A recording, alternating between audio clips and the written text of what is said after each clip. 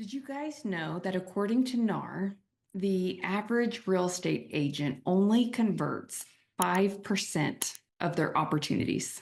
And this is largely due to not having a bulletproof follow-up plan with their clients or post-closing clients. So those that they're nurturing that they've already earned their business. So today's video is going to be about how can you up your game and be the conversion growth partner to your partners based off their biggest weakness as well as their biggest complaint when it comes to loan officers. So I'm going to show you all my 6-step framework that works in any business. It's the psychology of sales and the different sequencing of the sale, and then making sure that you have identified, optimized, and a systematic approach of how you plan to attack the process, no matter which phase that the client may be in, so that you can duplicate this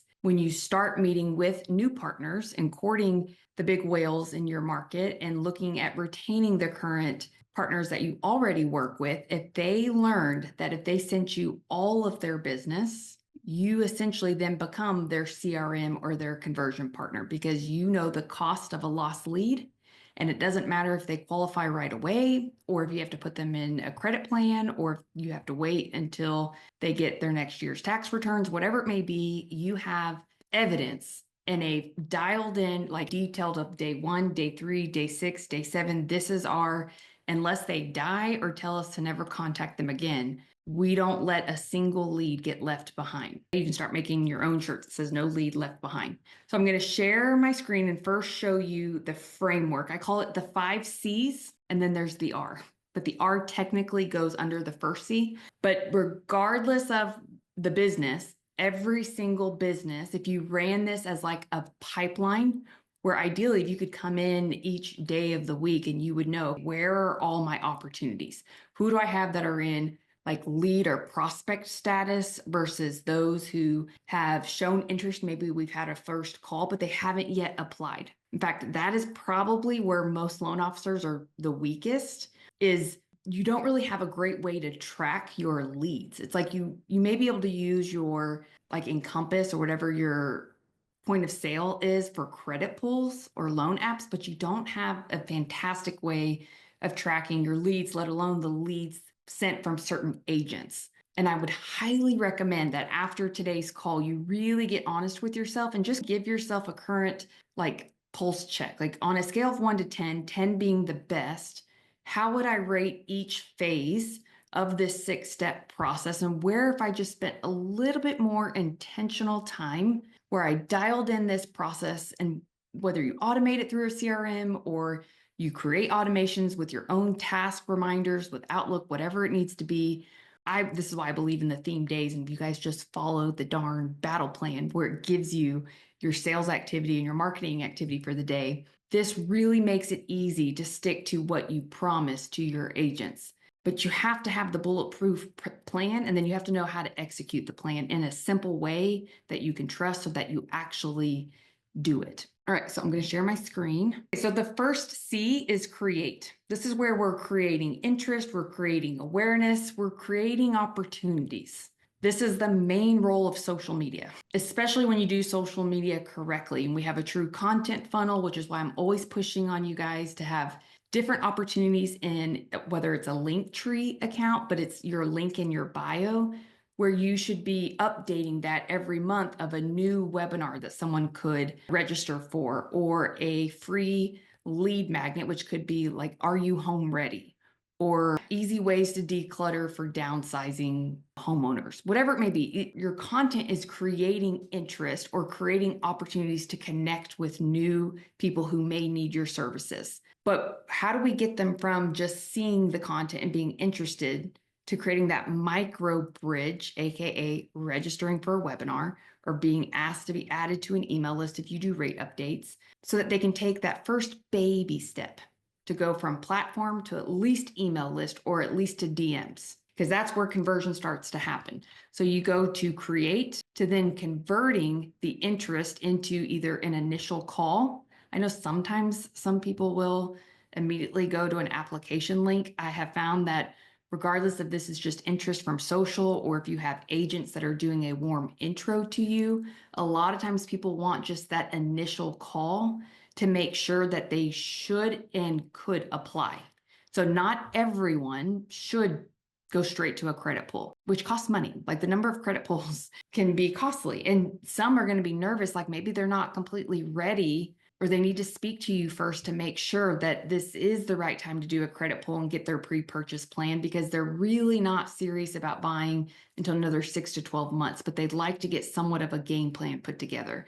So maybe they just want a soft pull. Regardless, we want to convert from interest or from webinar attending to application. And I prefer for people to get this application over the phone. If you're already doing the initial call, it's like, can you just make it a little bit easier on yourself and them to get a few basic pieces like their social, date of birth, etc., on top of like their goals? This is sometimes the dreams and goals call, but you don't want to have to chase this. Did you get the application link? Did you hit submit? Oh, you think you applied, but you didn't apply and you weren't quite sure what this was asking when it said for a 24-month residential history and you freaked out, so you abandoned the app. Like, it's usually just a lot easier to do this over the phone if you can. I understand you can't always. So ultimately, you want to gain their commitment and get the application or a credit pull. But you also need to have a plan for those who may not be ready and shouldn't go straight to an application.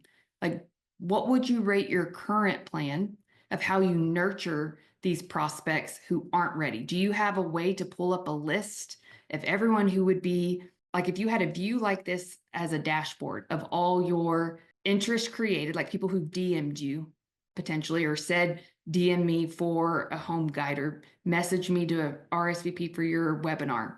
Do you have a list of then people who have attended at least a webinar or maybe have been introduced to you through a warm intro via text or email that haven't yet applied?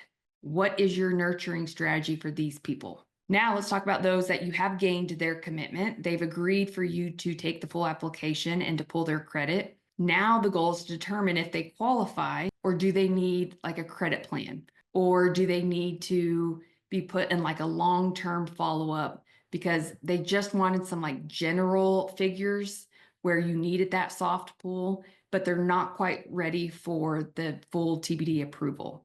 What is your nurture sequence for these clients?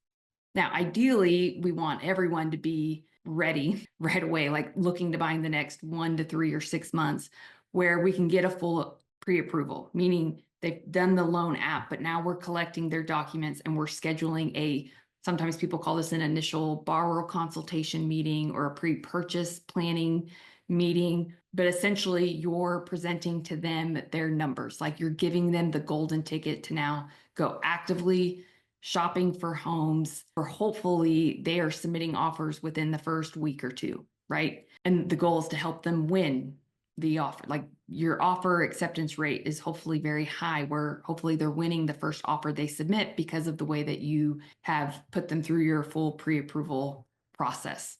Okay. And then ultimately, once they win the offer, they go into the close pipeline sequence, which is the executed contract until funding day. And the goal is to wow them through this experience. We should get at least one in-process referral from the day you pull credit to funding, at least one referral. Again, you're setting that expectation with them.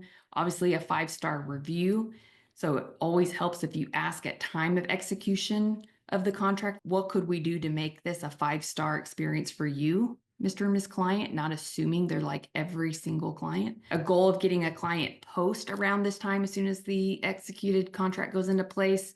I'll show you how you can do this. A lot of times clients will do a congrats and pack, like surprise box that gets sent to them at inspection, which is oftentimes what they will take a picture, post it on social and tag you. I know it sounds lame, but anytime you can make it gram worthy, the better. All the way to your client post closing, which is where the R comes in. This is where they go into retention. So they would technically be moved down to this sequence where the goal is to do a post-closing interview and to get ongoing referrals from them because of your annual mortgage review calls.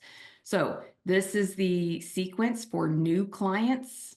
And it's also the same sequence for existing clients, because every year during the annual mortgage review call or during your monthly client educational webinars, the whole goal is to create interest either from them or from the people they know that then you can convert and continuously keep growing your business, because again, you're going to set the expectation that every year on your annual financial review, we're going to keep working for you for the next 30 years. And all we ask for in exchange is for you to try to give us at least one referral each year. Doesn't mean that they qualify, it's just a referral. But again, that's why I call it the 5 C's and the R, because technically the R comes down here, because this is where we nurture and retain. So my first question to you is, how would you rate each segment of the sales cycle? How would you rate your follow-up and communication plan? Would your agents rave about you, saying that you have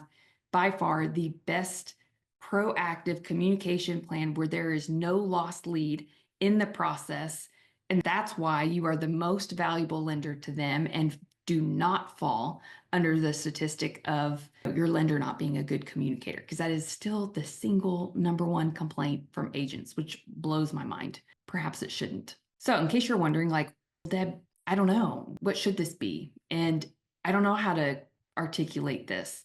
Well, I would suggest that you make a presentation. That way, when you're meeting with agents, you have evidence that this is what we do on every single lead, regardless if they apply or not. We have a bulletproof plan that we hold ourselves accountable to, so that you don't ever have to worry, Mr. and Miss Agent, of missing your own opportunities. Because just missing one opportunity for them, if you look at the average commission, let's say it's 12, 15,000. Like, this is how you immediately just became their conversion and growth partner, not just a lender partner. If they currently are only converting at 5%, do you think you could increase that if you had a bulletproof plan for them on every lead and referral they sent your way? Oh, and by the way, you're also optimizing every lead and referral to get more referrals from. So if you got really good at this, and we could take the content that we're making and we leverage it for our Friday Value Bomb emails, or we're fully executing the plan where we're doing our sales and marketing activity for each day that is clearly identified for you in your battle plan, then I promise you guys this works. But you have to execute the plan. And that means also doing your conversion piece of the opportunities that are being created. Because I do a lot of strategy calls, and what's easily discovered is there's not a lack of opportunity problem. There's like a lack of plan to convert the opportunity. So let me show you this next sheet, and maybe this will help. So here's what I mean by having a very clear, now I would do this on like a calendar format for each phase, but for this purpose, for you to see it all in one piece, I wanted to show you it in this format. I guess you could present it this way to an agent partner, but you do need to have a system that helps you automate this. And again, maybe as soon as you get an email intro or a DM from someone, you're putting it in a database. Maybe that's Excel, where you have reminders right away with Outlook. It's not the most efficient way, but this is where a CRM really makes it systematized and able to duplicate so that there's never one lead that gets missed. So from a lead or prospect follow-up plan, Mr. Agent, this is what we do on day 1, day 2, day 3. This is when they first hear from you, because again, we don't want to bombard them, right? Oh, and let me just say, don't allow your CRM to automate this part where you're not making the phone call to the agent. You can automate the email, but not the phone call. Sometimes this can be a text video as well, depending on when you last spoke to that agent. Day 5, day 8, you can see this goes all the way to day 30. If they haven't applied, because again, the whole goal from lead or prospect is to get them to an initial call to determine if they should apply. If that agent sent you, or maybe you got a DM of someone interested and they haven't applied yet, it's like you may need their help to put some pressure behind it. After 30 days, I usually put them in a long-term follow-up campaign where they're getting touched once a month, and then it's once a quarter for the next 10 years, or until they say never contact me again. They're also going to go ahead and go into that database of getting the monthly invites to your educational webinars. This is what makes, when you do the webinars, guys, once a month, at least if you sent it out to your entire database, you know that these people are at least still hearing from you and not never hearing from you again. Those who decided to wait, or maybe they're in credit repair or they're just not ready, like maybe they were interested in applying, but they don't want to send you all their documents just yet because they're really just looky-loos. They're realistically not going to be ready for 12 months, or they did apply and they either need to add a co-bar or just wait a year for some seasoning. They go on our quarterly touch. Now, this is on our Wednesdays. So part of protecting the pipeline on Wednesdays is not just calling everyone who's pre-approved and out shopping for a home, but also quarterly touching those who are in credit repair or we're waiting on executing, maybe getting someone off of a loan or refinancing car debt or whatever it may be. This is why you carve out time before noon to protect the pipeline. Too often we're so focused on the next 30 days of people who are able to submit offers right now that we lose these opportunities that could be pre-funding or filling our pipeline for future months if we just got good at following our communication plan for these pipelines or these sequences. They also get the weekly value bomb emails if you are doing your weekly value bomb emails, and they still get monthly invites to your educational classes and community events. Those were the first parts of the C for the pipeline. Now let's go into those who are pre-qualified or pre-approved. These people should be actively making offers on homes. Like they had given you their commitment. They're serious about buying a home. If it goes past 30 days and they haven't even submitted an offer, like that would be a red flag in time to like re-strategize and re-get together with maybe the agent as to like what's going on. Maybe they were just on vacation mode. We never want to assume, but we should be checking in with this group every Wednesday. Ideally, you should be able to show up on Wednesdays and say, here are all the people that have been issued pre-quals or pre-approval letters. I need to touch base with all of these people and then update the agent to see what's going on with them. What do they know? What have they heard? Because maybe they have submitted a few offers and they're just exhausted of getting turned down. Where could we maybe look at, is it possible that they put less down on the home and maybe buy down the rate so they can qualify for a little bit more, or maybe they need to expand their search a little bit. But again, how would you rate your current pre-approval plan? And don't go based off like what you think or feel. Like pull the data, look at the facts. How many people do you have that have applied that are pre-approved that haven't bought a home yet? How many of those people started the process last year and still haven't? Then when they're under contract, obviously when they're under contract, this is when we start doing our status update calls every Tuesday. But as soon as they go into execution mode, obviously there's typically an executed contract call and an interest rate strategy call. I know there's a lot of clients who do the surprise gift at inspection. It's kind of what we talked about earlier to be able to get that in-process client social post for social proof, making it gram worthy. Again, we already talked about every Tuesday doing the status update call. We're going to make sure we're doing the calls to the agent and the client. If they don't answer, at least we know that the email that could be automated, but we want to make sure that we are optimizing every possible low-hanging fruit contact to not just communicate an update, but to connect. And I'll talk about the key difference of how to use words to connect versus just communicate. And to me, connection will be the superpower and super glue to the best brands that survive this whole AI era where anything that's automated, a lot of times it's probably going to go into the trash. I really challenge you to audit what you're automating. Still under contract, we're going to, the day before closing, review the final CD with the family. We're going to talk about what to expect at closing. We're going to go ahead and set right then and there our 2-week post-closing Zoom meeting and our very first 1-year annual mortgage review Zoom. You do this before you even get to the closing table, guys, so you don't have to chase. Once they sign the papers and it's funded, it's really hard to get anything from that client again, especially a review or a meeting. So we want to make sure this is already set before closing. It's on their calendar. The Zoom link is in the invite and you're ready to go. And then we have our retention plan, which is our post-funding clients under management program, which is the 2-week post-closing Zoom meeting, which is ultimately where we would like to get their home story or their interview, where again, most people are willing to share their home story as long as they know that it's coming from a place of contribution and it's meant to help the community of people who are just like them. And it was them like 2 years ago. What are the things they wish they would have known? Or what did they learn along the way? Or essentially, it's their way to even brag about you. But the beauty of this is with their permission, and you post a segment of the story that is most relatable, and you tag them as a collaborator on social. And this is how you get that social proof beyond just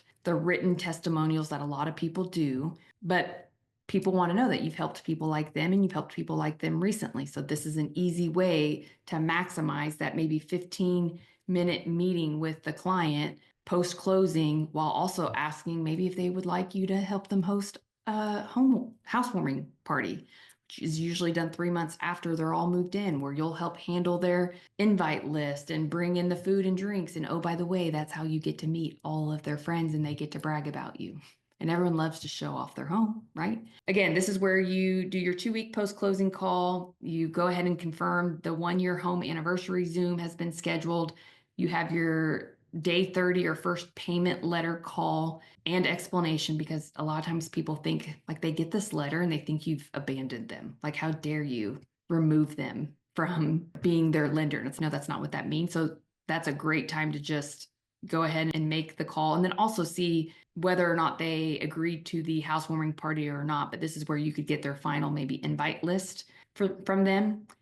Every year you'll do your video text of happy birthday. They still get the monthly invites to educational client events, especially the ones that make sense, like maybe should you have a will or trust, or how to make sure you're properly insured for your mortgage, blah, blah, blah.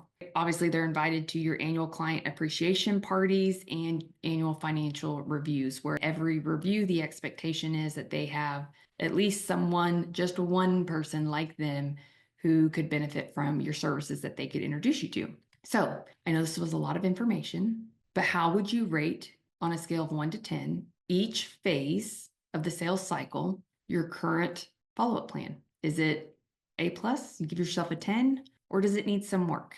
And could you see, if you had something like this in a beautiful document or presentation, this alone could convert you some of the biggest agent teams in your market, hands down, because we know this is their biggest complaint and this is their biggest need, which is why I'm going to propose also that May's Agent Mastermind is all about building the bulletproof follow-up plan and leveraging this 6-step sales cycle on how to bulletproof every opportunity based off the different phases in their business. Because again, you can use that 6-step framework regardless if it's listing or a buyer client. They usually don't have a detailed plan and they don't know how to organize the plan. So that's what the framework really helps give perspective. I like to do it in columns because it fits the themed days that we do, of who do I need to call. Now, your leads are people you call every day. Like, that's just a known. Who are the people that you need to be following up with that maybe were introduced to you, or maybe were just introduced to you that day? Like, we're always following up with leads. But those who are in status updates, because they're already under contract, versus protect the pipeline, versus our database call days, which are Thursdays, and then Fridays, which are the value bomb and affinity partner days. So you can see how this all starts to work together and will help you stay consistent and execute at a level 10. Even if you don't have all the fancy CRMs, bells and whistles, you could literally have notepads of who are all my people that are just leads. And maybe you just fill it in one section of the notebook, like those 5-section notebooks. So I do something similar. So they have all these different dividers. And then once they've been upgraded to like application, you take them off that list and you move them to the application section. And maybe you keep track of how many offers that they've submitted. And then once they've submitted offers that then get executed, then you put them on the executed contract plan. So then they become your Tuesday call log. And then your last section could be the affinity partners. Like, every single client who applies, do they have a CPA listed on their tax return? Do they have a wealth advisor? Do they have a divorce attorney where it's listed on the divorce decree? That could be at your last section, where this helps you plan and execute every day for each week, where you know exactly which marketing and sales activities you should be doing to protect and build a mortgage practice that has repeatable results, where you're never having to worry about, did I follow up with this person? Have I checked in? Did I let the agent know about this? It's like you're organized, it's systematized, and the business will keep feeding itself when you execute it